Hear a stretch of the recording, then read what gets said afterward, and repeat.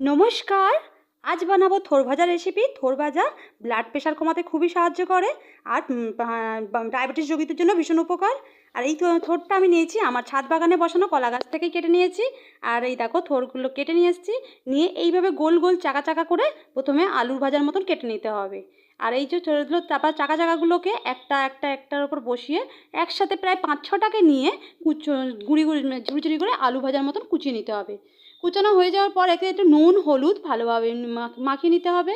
মাখিয়ে কিছুক্ষণ ঢাকা দিয়ে রাখলাম। এবার কড়াই বসিয়ে দিয়েছি, কড়াইতে দিয়ে দিলাম তেল, তার মধ্যে দিলাম শুকনো লঙ্কা আর সর্ষে ফোড়ন।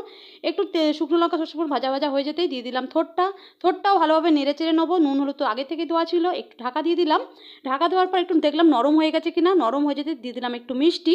আবারও একটু গ্যাসটা কমিয়ে ঢাকা দিয়ে দিলাম। তো তৈরি হয়ে গেছে আমার থোড় ভাজা। তুলে নিচ্ছি এবার প্লেটে। থোড় ভাজা খাওয়া ভীষণই উপকার। আর ভিডিওটা ভালো লাগলে অবশ্যই লাইক করে দিও। কেমন হয়েছে কমেন্ট করে জানিও।